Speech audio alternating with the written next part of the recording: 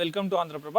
బీహార్ ఎలక్షన్స్లో ఏదైతే ప్రశాంత్ కిషోర్ గెలిచారో ఇది బీజేపీకి ఒక గుణపాఠం అని చెప్పేసి కూడా సిపిఐ ఎమ్మెల్యే కూనంనేని సాంబశివరావు గారు మాట్లాడడం జరిగింది. ఒకసారి మాట్లాడించే ప్రయత్నం చేద్దాం. రాష్ట్రంలో కానీ దేశంలో కానీ బీజేపీ పరిస్థితి ఎలా ఉండబోతుందని. సార్ నమస్తే.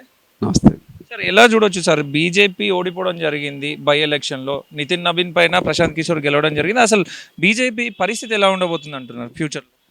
భవిష్యత్తుకి ఇది సంకేతంగా భావించవచ్చు. చాలామంది అంటారు ఉప ఎన్నికలు రకరకాలు జరుగుతాయి అంటారు, కానీ అక్కడ ఆ సీటు మాత్రం ఆ పద్ధతి కాదు. అది వాళ్ళకి వెరీ స్ట్రాంగ్ సీటు.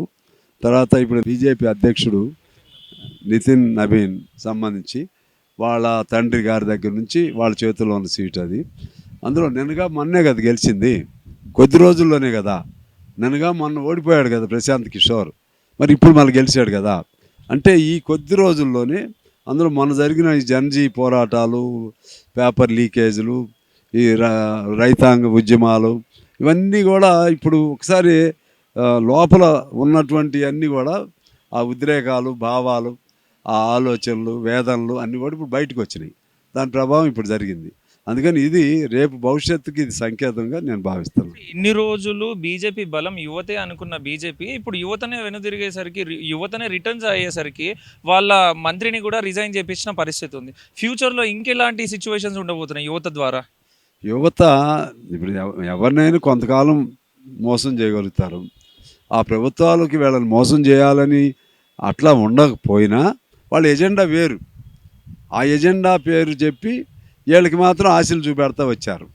మొత్తం ఇక మోడీ వస్తే ఇక మొత్తం మన 4వ ఆర్థిక వ్యవస్థ, లేకపోతే మా సాఫ్ట్వేర్ రంగంలో కానీ ఇంకోటి కానీ మోడీ మోడీ మోడీ అని కేకలేస్తూ దానికి అసలు కంటే కూడా ప్రచార ఆర్భాటం ఎక్కువ వలన పిల్లలు కొంతకాలం అట్లా అయ్యారు. కానీ ఎల్లకాలం ప్రచారం నడవదు కదా, మళ్ళీ వాస్తవాల్లోకి వస్తారు కదా. ఆ పరిస్థితుల్లోనే ఇవాళ పిల్లల్లో పెద్ద చేంజ్ వచ్చింది. అది ఆ చేంజ్ ప్రభావం రాజకీయాల మీద కూడా వచ్చేసింది. ఇందాక మీరు మాట్లాడుతూ సింగరేణి, తెలంగాణకు సంబంధించిన సింగరేణి ప్రైవేటీకరణ చేసే ప్రయత్నాలు జరుగుతున్నాయి అని చెప్పేసి చెప్పారు. మీ దగ్గర ఎటువంటి ఆధారాలు ఉన్నాయి అండ్ గవర్నమెంట్కి ఎటువంటి నివేదికను ఇచ్చారు మీరు ఇప్పటివరకు? మేమే దాని మీద పోరాటం చేస్తుంది.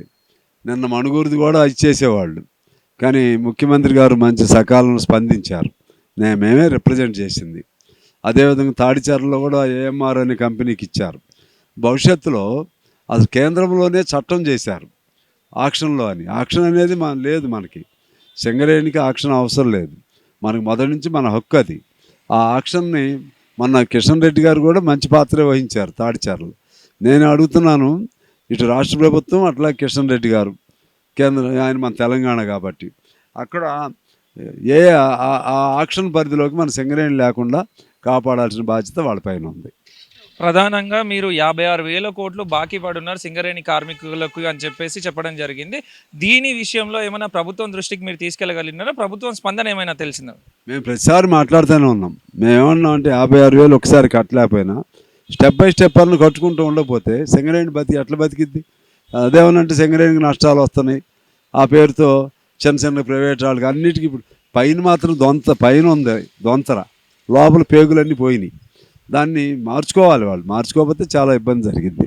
ప్రధానంగా కాంట్రాక్ట్ ఎంప్లాయీస్లు శ్రమ దోపిడీకి గురవుతున్నారు, వాళ్ళకి తక్కువ జీతాలు ఇస్తూ ఎక్కువ పని చేపిస్తున్నారు అని చెప్పేసి కూడా మీరు ఒక మాట చెప్పడం జరిగింది.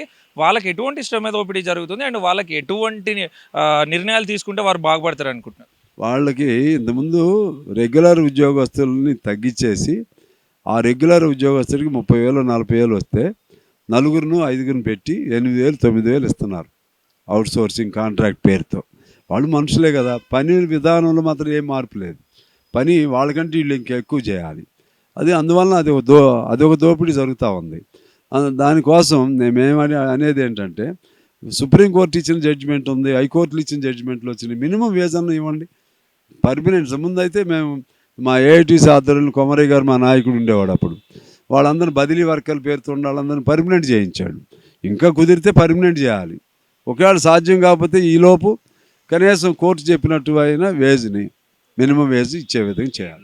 ఇందాక మీరు మాట్లాడుతూ ఆర్టీసీ ఎంప్లాయీస్కి ముందు ఎలక్షన్స్ పెట్టండి, తర్వాత విలీనం చేయండి అని చెప్పేసి మీరు ఒకటి చెప్పారు. కానీ ప్రజెంట్ సర్వీస్లో ఉన్న ఎంప్లాయీస్ మాత్రం రిటైర్ అయిన వాళ్ళు వాళ్ళ బెనిఫిట్స్ కోసమే ఎలక్షన్స్ అడుగుతున్నారు. మాకు మాత్రం మొదటగా విలీనమే కావాలి అని చెప్పేసి వాళ్ళు ఆరోపిస్తున్నారు.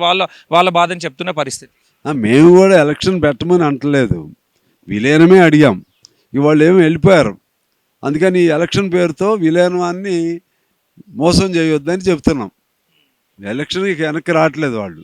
రానప్పుడు ఈ ఒక్క అంశంతో పాటు విలీనం కూడా ఎప్పుడు దృష్టిలో పెట్టుకోండి, లేకపోతే మళ్ళీ పోరాటం ఉంటుందని చెప్పాను. ఇప్పటికీ కూడా రిటైర్మెంట్ బెనిఫిట్స్ కోసం చాలా చాలా పెద్దవాళ్ళు, ముసలి వాళ్ళు, 40, 50, 60 ఏండ్లు ఉన్న వాళ్ళు కూడా ఇప్పటికీ ఆర్టీసీ బస్ భవన్ దగ్గరకు వచ్చి కూడా నిరసన వ్యక్తం చేస్తున్న పరిస్థితి. గవర్నమెంట్ అసలు స్పందించకపోవడానికి కారణం ఏంటనుకోవచ్చు? స్పందించాలి. వాళ్ళ దగ్గర డబ్బులు లేవు. డబ్బులు లేకపోయినా దానికే ఉంచితే ఈ ప్రాబ్లం రాదు. నువ్వు డబ్బులున్నా లేకపోయినా ముందు రిటైర్ అయిన వాళ్ళకి మాత్రం ఖచ్చితంగా వాళ్ళ భవిష్యత్తు, వాళ్ళ వృద్ధాప్యంలో ఉంటారు. ప్రతి రూపాయి ఆసరా వాళ్ళకి. వాళ్ళని వీళ్ళే ఆర్టీసీ కాదు, మొత్తం ఎంప్లాయీస్లో కూడా పెన్షన్ డబ్బులు ఆపేసుకున్నారు, వాళ్ళకి రావాల్సినవి ఆపేసుకున్నారు. వాటి మీద గవర్నమెంట్ ఖచ్చితంగా శ్రద్ధ పెట్టాలి. ఏం చేస్తారు, తల తాకట్టు పెట్టైనా వాళ్ళ భవిష్యత్తు, వాళ్ళ వేతన, వాళ్ళకి రావాల్సిన బకాయిలు ఆపొద్దు. లాస్ట్ ఫైనల్ ఒక క్వశ్చన్ సార్. తెలంగాణలో ఈ ప్రభుత్వం పనితనం ఎలా ఉందంటే ఏం చెప్తారు సార్? పనిదనం అంటే గతం కంటే బెటర్ అంటా ఎప్పుడు నేను, కానీ ఇంకా చేయాల్సింది కూడా చాలా ఉంది. Right, thank you.